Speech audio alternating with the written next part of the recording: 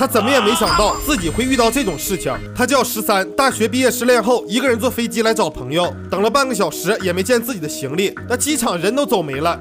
哎，不是，这最近这啥情况？这点儿也太背了。他想找工作人员问问，就在这时，砰的一声掉下了个行李箱。13看也没看，毕竟跟自己的一样，拿起来就走了。可他前脚刚走，后脚传送带就转了起来，上面还有几件脏了没洗的衣服，很明显这才是他的箱子。等回到家，13很没意思，坐那儿回忆起曾经的爱情。突然，那行李箱竟然自己动了，还从里面发出求救的声音，这给13吓一激灵。他缓过神，以为是自己的朋友在跟他玩呢，可叫了半天也没个反应。这时箱子又说话了：“嘿，哥们儿，我在箱子里呢，别摇哪瞅了，过来给我把拉锁拉开。”13很听话，他拉开拉锁，顿时被吓得后退了10多步。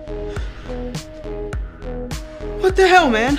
哎呦我，箱子里居然真装着一个人！13还以为他在表演什么柔术，可人家却说：“你能先帮我把头转过来吗？这里面挺憋的。”看着对方锃亮的发型，13多少有点害怕，随手拿起个高尔夫球杆给自己壮胆，然后慢慢的靠近，将对方的头嘎巴一下掰了过来。他看13手里的球杆就说：“你可别揍我啊！我跟你说是咋回事？我呀前不久得罪了不该得罪的人，然后他们就把我塞进了行李箱。”13说：“那我送你去医院吧。”男人果断拒绝，怕被仇家发现。他还请求13帮忙把他从箱子里拽出来。看着眼前箱子里的男人，13答应了他的请求，帮忙把他拽出来。可结果把人家疼得吱哇乱叫，突然嗖的一下飞出来个什么玩意儿？13接住一看，哎呦我，这居然是一枚5分钢镚！13顿时就懵了，啥情况？难不成这是啥聚宝盆呐？还没等13问呢，男人就先说道：“他被人下了诅咒，只要感觉到疼，嘴里就会往出吐钢镚，而且越疼吐的越多。”咋说13也是个成年人，他不敢相信，但也不得不信，毕竟这钢镚还真在自己手里。此时那男的说：“哥们儿，我这会儿憋得不行了，你能不能先把我拽出来？期间产生的钢镚全都是你的。”可13貌似有他自己的想法，把拉锁拉上，将行李箱搬回了房间。他趴在床上陷入沉思，哪成想沉思了才不到3分钟就睡着了，还做了个梦，梦里他也被关进箱子，被3个大晚上还戴着墨镜的小傻蛋给开枪一顿崩啊，那崩的全是窟窿眼子。13被从梦中惊醒，他看着地上的箱子笑了，哎呦我，得亏是个梦啊。第二天他拿着钢镚来找专家鉴定，人家老板一看这是个真的，并以300刀的价钱给买了。13觉得这是个天上掉馅饼的致富好机会，于是找来兄弟毛蛋，打算回家好好研究一下那行李箱。可走在门口，刚分手的对象真香从屋里跑了出来，还表现得特别紧张。13问他：“你受啥刺激了？”真香说：“我就提个分手，你也不至于做这种事儿吧？”13满脑瓜子问号：“我做啥了？”他们来到房间，打开行李箱，然后凑近仔细观察，突然。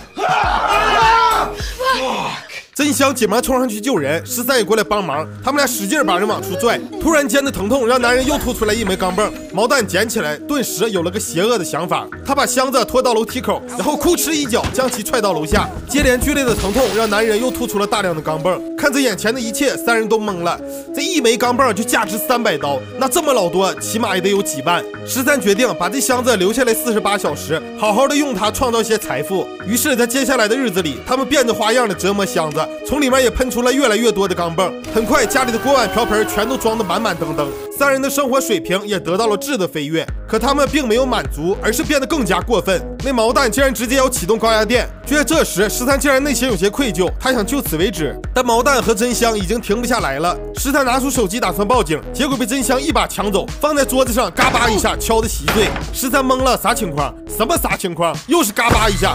13脑瓜子嗡嗡的，他走到楼梯口，真香还打算从后面再来一下，而13却直接摔下楼梯。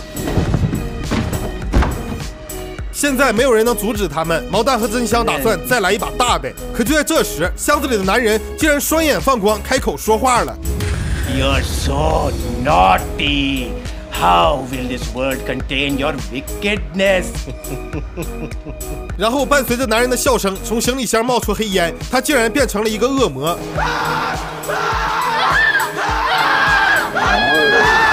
地上掉落2个箱子，直接把他们俩装了进去。等第2天，重伤的13在医院醒来，旁边放着一张卡片，上面写着：“如果有需要，你可以随时叫我。”这边的男人带着2个行李箱来到机场，他的表情十分满意。工作人员把箱子放到传送带上，尽管里面发出求救的声音，但所有人并没有理会。那么问题来了，要是真有这么个箱子，大家会怎么处理呢？